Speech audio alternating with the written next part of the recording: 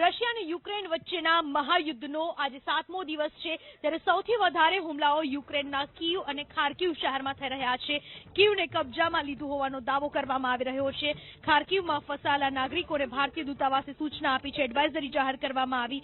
ભારતીયો તાત્કાલિક ખાર્કિવ છોડી દેવું કહેવું છે ભારતીય દૂતાવાસનું. શક્ય હોય એટલી ઝડપથી ભારતીયો ખાર્કિવ છોડી દે. આજે રાત્રે 9:30 વાગ્યા સુધીમાં કોઈ પણ હાલતમાં ખાર્કિવ છોડી દો એવી સૂચના આપી છે ભારતીય દૂતાવાસે. પેસુચીન, બબાએ અને બેજિલુકેઓલા તરફ ભારતીયો જાય એવી સૂચના આપી દેવામાં આવી છે. ખાર્કિવમાં જે પણ નાગરિકો ફસાયેલા છે તેમને ભારતીય દૂતાવાસે સૂચના આપી છે કે તાત્કાલિક ખાર્કિવ છોડી દેવામાં આવે. આજે રાત્રે 9:30 વાગ્યા સુધીમાં કોઈ પણ હાલતમાં ખાર્કિવ છોડો એવી સૂચના ભારતીય દૂતાવાસે આપી. બેજિલુકોલ્વા, પેસુચીન અને બબાચે તેના તરફ ભારતીયો જાય આ પ્રકારની સૂચના આપી દેવામાં આવી છે. હજુ પણ 7,000 જેટલા ભારતીયો યુક્રેનમાં ફસાયા હોવાની માહિતી સામે આવી રહી છે. આ તમામ ભારતીયોને પરત લાવવા માટે ઓપરેશન ગંગા શરૂ કરી દેવામાં આવ્યું છે અને આ ઓપરેશન તેજ બનાવવામાં આવી રહ્યું છે. એક બાદ એક ભારતીયોને પરત લાવવાના પ્રયાસો કરવામાં આવી રહ્યા છે. ત્યારે સૌથી વધારે જોખમ અત્યારે ખાર્કિવ શહેરમાં જોવા મળી રહ્યું છે. ત્યારે ભારતીય દૂતાવાસે પણ સૂચના આપી આજે રાત્રે 9:30 વાગ્યા સુધીમાં કોઈ પણ હાલતમાં ખાર્કિવ છોડી દો. પેસુચીન, બબાએ અને બેજિલુકોલ્વા તરફ ભારતીયો આગળ વધે આ પ્રકારની સૂચના આપી દેવામાં આવી છે. ખાર્કિવમાં સૌથી વધારે તબાહી જોવા મળી રહી છે. રશિયા જે હુમલો કરી રહ્યું છે અત્યારે ખાર્કિવ શહેરને નિશાન બનાવ્યું છે. રશિયાએ ઇમારતો પર બ્લાસ્ટ કરવામાં આવી રહ્યા છે. અંધાધૂંધ ફાયરિંગ થઈ રહ્યું છે.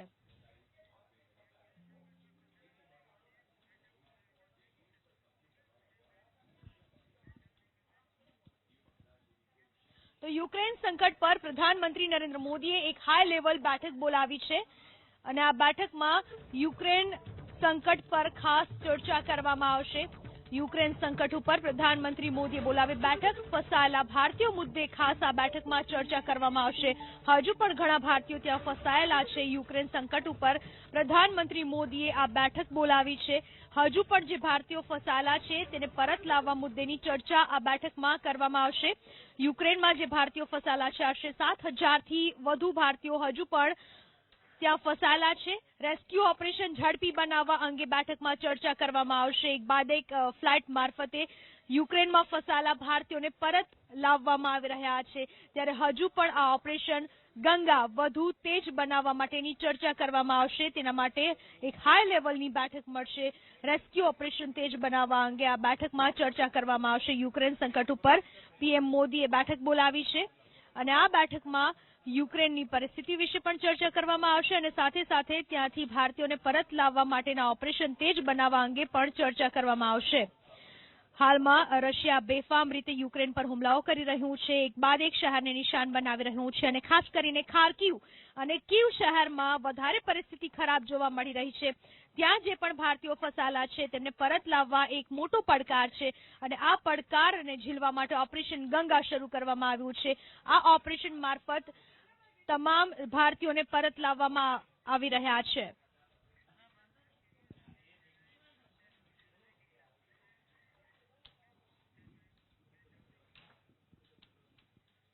યુક્રેનના ખાર્કિવ શહેરમાં હુમલાઓ તેજ કરી દેવામાં આવ્યા છે. રશિયા હુમલાઓ કરી રહ્યું છે. બિલ્ડિંગને એક બાદ એક નિશાન બનાવી રહ્યું છે. યુક્રેનના કીવ, ખેર્સોન અને ખાર્કિવમાં ભારે નુકસાન. ખાર્કિવમાં રશિયાના હુમલામાં 4 લોકોના મોત. ખાર્કિવમાં રશિયન સેનાના હુમલામાં 9 લોકો ઈજાગ્રસ્ત પણ થયા છે. યુક્રેનના ખેર્સોન શહેર ઉપર કબજાનો રશિયાએ દાવો કર્યો. યુક્રેનના આસમાનમાં રશિયા અને યુક્રેનના લડાકુ વિમાનમાં ડોગ ફાઇટ ચાલી રહી છે. યુક્રેને રશિયાને 2 સુખોઈ Su-35S ને નિશાન બનાવ્યા.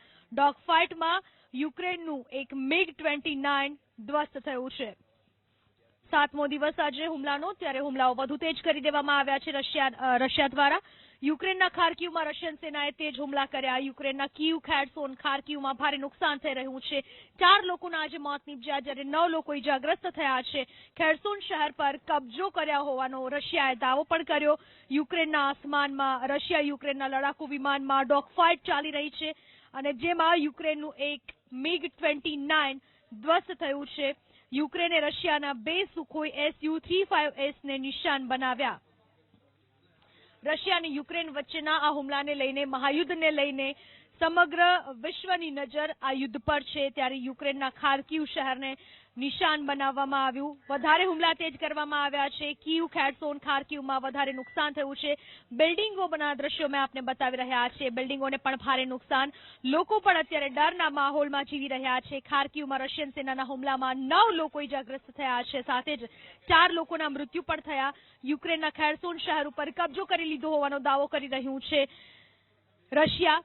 અને ખાર્કિવ શહેરમાંથી જે પણ ભારતીયો હજુ યા કદાચ ખાર્કિવમાં ફસાયેલા હોય તેમને તાત્કાલિક ખાર્કિવ છોડી દેવા માટેના આદેશ આપી દેવામાં આવ્યા છે. અને આ તમામની વચ્ચે રશિયન સેનાએ જે હુમલાઓ તેજ કર્યા છે ખાર્કિવમાં, જેમાં 4 લોકોના મોત, બિલ્ડિંગો ભડકે બળતી જોવા મળી, 9 લોકો ઇજાગ્રસ્ત થયા છે.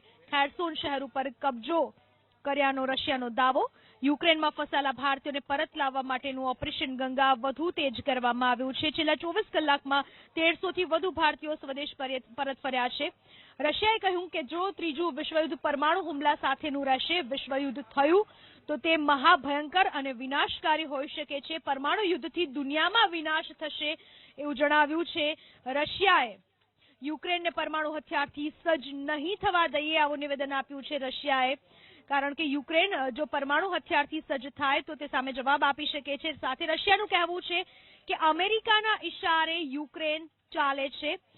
યુક્રેનને આ પ્રકારની દોરવણી કરનાર અમેરિકા છે. રશિયાએ ફરી એક વખત આપી છે પરમાણુ યુદ્ધની ધમકી. અને જો પરમાણુ યુદ્ધ થયું તો ત્રીજું વિશ્વયુદ્ધ હશે. આ પ્રકારનો અંદેશો સેવ્યો છે રશિયાએ. પરમાણુ યુદ્ધથી સમગ્ર દુનિયામાં વિનાશ વેરાઈ જશે. પરમાણુ યુદ્ધથી લાખો કરોડોનું નુકસાન જશે. સાથે જ લોકોના સ્વાસ્થ્યથી માંડીને કુદરત પર પણ તેની ખૂબ જ ખરાબ અસર થવા જઈ રહી છે. અમેરિકાના ઇશારે જો કે રશિયા ચાલતું હોવાનું કહેવું છે. ક્રિમિયાને લઈને રશિયાના વિદેશ મંત્રીએ પણ મોટું નિવેદન આપ્યું છે. ક્રિમિયાને લઈને રશિયાના વિદેશ મંત્રીએ આ મોટું નિવેદન આપ્યું.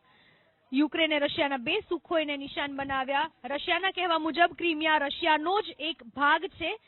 ક્રિમિયા રશિયાથી અલગ નથી. ક્રિમિયા રશિયાનો જ ભાગ. ક્રિમિયાને લઈને કોઈ પણ પ્રકારની શંકા ન રાખતા આવું રશિયાએ સ્પષ્ટ શબ્દોમાં સંભળાવ્યું. ક્રિમિયામાંથી રશિયન સેના હટાવવાની યુક્રેન માંગ કરી રહ્યું છે. વિક્ટરને યુક્રેનના રાષ્ટ્રપતિ બનાવવા માંગે છે. રશિયા વિક્ટર યાનુકોવિચને બનાવવા માંગે છે રાષ્ટ્રપતિ, એવું કહેવું છે યુક્રેનનું. અત્યારની જે પરિસ્થિતિ વણસેલી જોવા મળી રહી છે, યુક્રેનના મીડિયાના અહેવાલથી મોટા સમાચાર પ્રાપ્ત થઈ રહ્યા છે. યુક્રેનના મીડિયાના અહેવાલથી જે સમાચાર પ્રાપ્ત થઈ રહ્યા છે, વિક્ટરને યુક્રેનના રાષ્ટ્રપતિ બનાવવા માંગે છે રશિયા. અત્યારે જે પરિસ્થિતિ અમે આપને બતાવી રહ્યા છે, યાનુકોવિચને રાષ્ટ્રપતિ બનાવવા માંગે છે રશિયા, તેવું કહેવું છે યુક્રેનનું. જ્યાં જુઓ ત્યાં તબાહીનું મંજર જોવા મળી રહ્યું છે. જે દ્રશ્યો છે એ જ બયા કરે છે કે કેટલી ભયંકર સ્થિતિ છે અત્યારે. આખરે વિક્ટર યાનુકોવિચની વાત કરવામાં આવે તો યુક્રેનના પૂર્વ રાષ્ટ્રપતિ છે વિક્ટર યાનુકોવિચ. 2010 થી 2014 સુધી યુક્રેનના રાષ્ટ્રપતિ હતા. બાદમાં વિક્ટર યાનુકોવિચની યુક્રેનમાંથી હકાલપટ્ટી કરવામાં આવી હતી, જેની રાષ્ટ્રપતિ બનાવવા માટેની હવે માંગણી થઈ રહી છે. 2014માં થયેલા બળવા બાદ રાષ્ટ્રપતિનું પદ છોડ્યું હતું. હકાલપટ્ટી કરવામાં આવી હતી વિક્ટર યાનુકોવિચની યુક્રેનમાંથી. યુક્રેનના પૂર્વ રાષ્ટ્રપતિ છે વિક્ટર યાનુકોવિચ. પુતિનના નજીકના તેને માનવામાં આવે છે. વર્ષ 2010 થી 2014 સુધી યુક્રેનના તેઓ રાષ્ટ્રપતિ રહ્યા. અને 2014માં જે બળવો કરવામાં આવ્યો હતો ત્યારબાદ તેમની હકાલપટ્ટી કરી દેવામાં આવી હતી અને ફરી તેને રાષ્ટ્રપતિ બનાવવાની માંગ ઉઠવા પામી છે. અત્યારે રશિયા અને યુક્રેન વચ્ચે જે મહાયુદ્ધ ચાલી રહ્યું છે તેને લઈને ઘણા બધા અહેવાલ પ્રાપ્ત થઈ રહ્યા છે. ખાસ કરીને મીડિયાના અહેવાલની જો વાત કરવામાં આવે તો રાષ્ટ્રપતિના નામને લઈને પણ હવે ચર્ચાઓ શરૂ થઈ.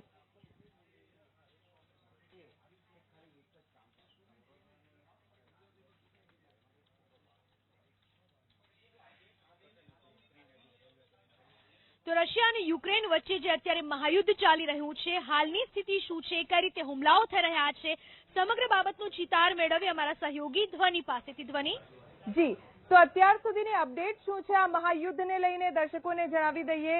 7મો દિવસ છે આજે આ મહાયુદ્ધનો। રશિયાએ ફરી એક વખત પરમાણુ યુદ્ધની ધમકી આપી છે યુક્રેનને। રશિયાએ યુક્રેનને આ ધમકી આપી અને ત્રીજું વિશ્વયુદ્ધ પરમાણુ હુમલા સાથેનું રહેશે તેવું રશિયાએ ચીમકી ઉચ્ચારી છે। રશિયન સેનાના હુમલામાં પોલીસ વિભાગની બિલ્ડિંગ તબાહ થઈ ગઈ છે યુક્રેનમાં। ચારે તરફ યુક્રેનમાં તબાહી જ તબાહી જોવા મળી રહી છે। રશિયાના હુમલાથી ખાર્કિવમાં આજે 21 લોકોના મોત થયા છે। આ દાવો કર્યો છે ખુદ યુક્રેને। રશિયાના હુમલામાં 21ના મૃત્યુ થયા હોવાનો દાવો યુક્રેન તરફથી કરવામાં આવ્યો છે। તો યુક્રેનના ખેરસોન શહેર પર કબજો કર્યાનો રશિયાએ દાવો કર્યો છે, કારણ કે રશિયન આર્મી એ દિવસે ને દિવસે વધારે તેજ હુમલા કરી રહી છે અને આ તબાહીનો મંજર જોવા મળી રહ્યો છે યુક્રેનને। યુક્રેનના 1502 સૈન્ય ઠેકાણાને નષ્ટ કર્યાનો પણ રશિયાને દાવો કર્યો છે।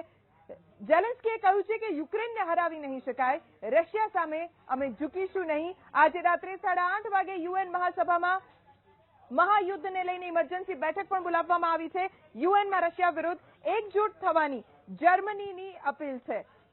જર્મનીના રાજદૂતે કહ્યું છે કે દુનિયાના દેશો યુએનમાં રશિયા વિરુદ્ધ મતદાન કરે, કારણ કે રશિયા એ મહાયુદ્ધ તરફ જઈ રહ્યું છે। જર્મનીના રાજદૂતે યુએનમાં અપીલ કરી છે કે તમામ દેશો એક સાથે આવીને રશિયાની સામે ઉભા રહે। નાગરિકો પર હુમલાના આરોપને જર્મનીએ ફગાવ્યા છે, કારણ કે રશિયન આર્મી દિવસે ને દિવસે ઘાતક બની રહી છે। ફાયરિંગ થઈ રહ્યા છે, સાયરનના અવાજ અત્યારે યુક્રેનમાં સંભળાઈ રહ્યા છે। પૂનમ, ચોક્કસથી ધ્વનિ, આભાર આપનો તમામ વિગત બદલ। તો અત્યારે જે યુદ્ધની પરિસ્થિતિ ઊભી થઈ છે તેના કારણે ખાર્કિવના રેલવે સ્ટેશન પર મોટી સંખ્યામાં ભારતીય વિદ્યાર્થીઓ ત્યાં આવી ફર્યા છે। ટ્રેનમાં બેસવા ન દેવાતા ભારતીય વિદ્યાર્થીઓ પરેશાન છે। ભારતીય વિદ્યાર્થીઓએ મદદ માટે ગુહાર લગાવી છે। ખાર્કિવ રેલવે સ્ટેશન પર મોટી સંખ્યામાં ભારતીય વિદ્યાર્થીઓ ઉમટ્યા। ટ્રેનમાં બેસવા ન દેવાતા આ તમામ ભારતીય વિદ્યાર્થીઓ હાલમાં પરેશાન છે અને આ તમામ ભારતીય વિદ્યાર્થીઓએ મદદ માટે ગુહાર લગાવી છે। એક તરફ ભારતીય દૂતાવાસ તરફથી કહેવામાં આવ્યું છે કે આજે 9:30 વાગ્યા સુધીમાં ગમે તેમ કરીને ખાર્કિવ શહેર છોડી દેવામાં આવે અને તેના કારણે આ વિદ્યાર્થીઓ ગભરાઈ ગયેલા છે। ખાર્કિવ રેલવે સ્ટેશન પર મોટી સંખ્યામાં અત્યારે ભારતીય વિદ્યાર્થીઓ જોવા મળી રહ્યા છે। જો કે તેમને ટ્રેનમાં બેસવા નથી દેવામાં આવતા, તેના કારણે આ વિદ્યાર્થીઓ ખૂબ જ હેરાન છે, પરેશાન છે। એક્ઝેક્ટ આ રેલવે સ્ટેશનની બહાર જ શેલિંગ થાય છે, બોમ્બ પડે છે। અમે અહીંયા અંદરથી સ્કેરી છીએ, શું કરીએ અમે? कौन से? अरे कोई ट्रेन कोई भी ट्रेन हो। आप लोग पहले यार शेल्टर ले लो, ये ट्रेन कभी नहीं खुलने वाली है। नहीं खुलने वाली नहीं, आप लोग पहले चल के शेल्टर लो। ઓકે, જોઈ લો, તમે સાંભળી પણ લીધું છે કે હમણાં કહી દીધું છે કે કોઈ ટ્રેન ખુલવાની નથી અને અમને શેલ્ટર લેવાનું કહી દીધું છે, પણ કેટલીક વાર સુધી અમે શેલ્ટરમાં રહીશું? કોઈક તો અપડેટ આપે ગવર્મેન્ટ, કંઈક તો કરે ગવર્મેન્ટ। મને નહીં ખબર ગવર્મેન્ટ શું કરવા માંગે છે અને શું થઈ રહ્યું છે ઇન્ડિયામાં, શું વાતચીત ચાલે છે રેસ્ક્યુ ઓપરેશનની, પણ મને નહીં લાગતું કે કંઈ બી સક્સેસફુલ થાય છે, કારણ કે અમે છેલ્લા 6 દિવસથી સલવાયેલા છીએ અને અમારી પાસે કોઈ અપડેટ પણ નથી। તો ખાર્કિવમાં ફસાયેલા ભારતીયો માટે એક જ કલાકમાં બીજી વખત એડવાઇઝરી જાહેર કરવામાં આવી। તાત્કાલિક ભારતીયોએ ખાર્કિવ છોડી દેવું, આ પ્રકારની એડવાઇઝરી જાહેર કરવામાં આવી છે। વિદેશ મંત્રાલય તરફથી જણાવવામાં આવ્યું છે કે ભારતીય તાત્કાલિક ખાર્કિવ છોડી દે। ખાર્કિવમાં અત્યારે મુશ્કેલી વધારે જોવા મળી રહી છે, સતત હુમલા થઈ રહ્યા છે યુક્રેનમાં। ખાર્કિવમાં સતત હુમલા થતા ભારતીય દૂતાવાસ, વિદેશ મંત્રાલયે 1 કલાકમાં જ બીજી એડવાઇઝરી જાહેર કરી, જેમાં કહેવામાં આવ્યું છે કે કોઈ પણ ભોગે તાત્કાલિક બને તેટલી જલ્દી ખાર્કિવ શહેર છોડી દેવામાં આવે, કારણ કે રશિયા હવે જ્યારે યુક્રેનને બાનમાં લઈ રહ્યું છે અને એમાં પણ ખાસ ખાર્કિવ શહેર રશિયાના નિશાને છે। હુમલાઓ તેજ બનાવવામાં આવી રહ્યા છે, હવાઈ હુમલાઓ કરવામાં આવી રહ્યા છે, તેના કારણે સૌથી વધારે જોખમ અત્યારે ખાર્કિવ શહેરમાં છે।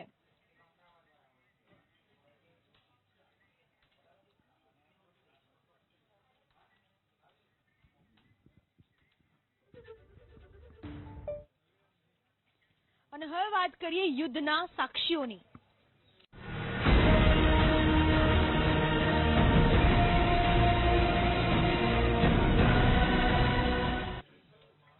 યુદ્ધમાં ફસાયેલા ભારતીયોને પરત લાવવા માટેનું ઓપરેશન ગંગા વધુ તેજ બનાવવામાં આવ્યું છે। એક બાદ એક ભારતીયોને વિમાન મારફતે પરત લાવવામાં આવી રહ્યા છે અને આ ઓપરેશન મારફત હજુ પણ કેટલાક ભારતીયો જે ત્યાં ફસાયેલા છે તેમને ભારત પરત લાવવાના પ્રયાસો તેજ બનાવાયા છે।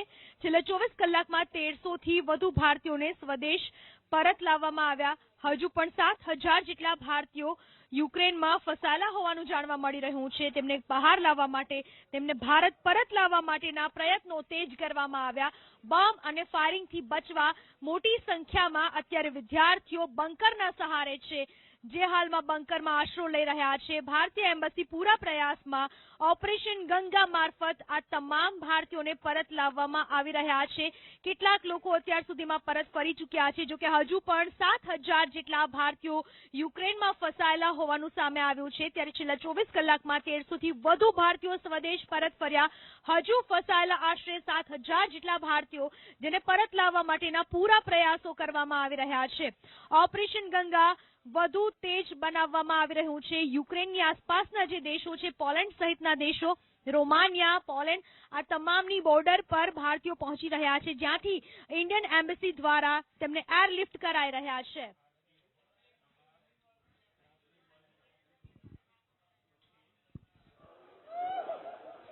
રશિયા અને યુક્રેન વચ્ચે યુદ્ધમાં બનાસકાંઠાના ધાનેરાના પણ 4 વિદ્યાર્થીઓ ફસાયા હતા. ભારત સરકારની એડવાઇઝરી બાદ આ વિદ્યાર્થીઓ સલામત રીતે યુક્રેનથી રોમાનિયા બોર્ડર પહોંચી ચૂક્યા છે. 4 વિદ્યાર્થીઓએ હાલ રોમાનિયા એરપોર્ટ પર શેલ્ટર હોમમાં આશરો લીધો છે. 4 વિદ્યાર્થીઓના રજીસ્ટ્રેશન બાદ તેમને ભારત પરત લાવવામાં આવશે. 4 વિદ્યાર્થીઓ પૈકી 2 વિદ્યાર્થી ધાનેરા અને 2 વિદ્યાર્થીઓ વાછોલ ગામના છે. વિદ્યાર્થીઓ સલામત રીતે યુક્રેનથી બોર્ડર પર પહોંચી જતા પરિવારજનોએ રાહતનો શ્વાસ લીધો. હાલ પરિવારજનો પોતાના બાળકો જલ્દી જ પરત ફરે તેની રાહ જોઈ રહ્યા છે.